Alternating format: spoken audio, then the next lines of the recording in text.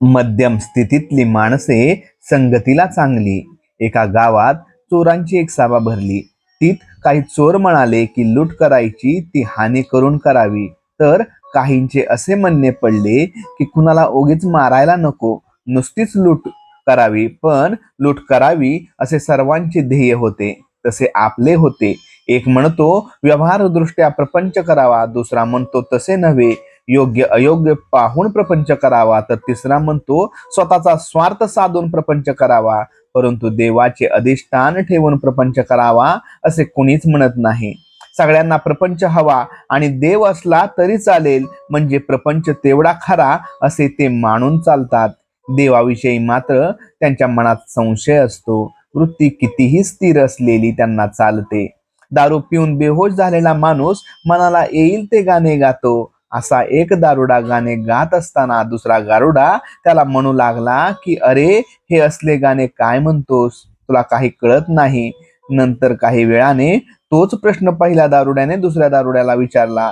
याप्रमाणे प्रपंचामध्ये ज्यांची स्थिती वृत्ती स्थिर नाही अशा लोकांनी वाटेल ती मते प्रतिपादन करावी असे घडते आणि मग एकमेकांना नावे ठेवतात.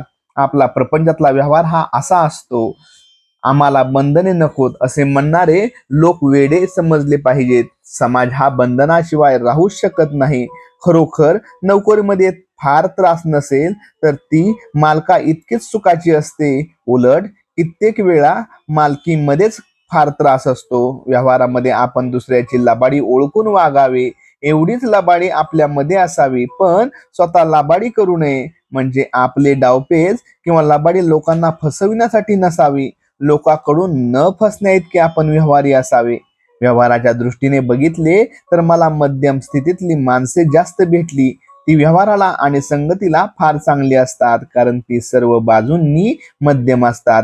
त्यांचे पाप मध्यम, पुण्य मध्यम, परमार्थ देखील मध्यम असतो. असा मनुष्य वेळ प्रसंगी कर्जबाजारी झाला तरी चालतो, पण कर्ज किती असावे, तर या महिन्यात देऊन टाकता येईल इतकेच.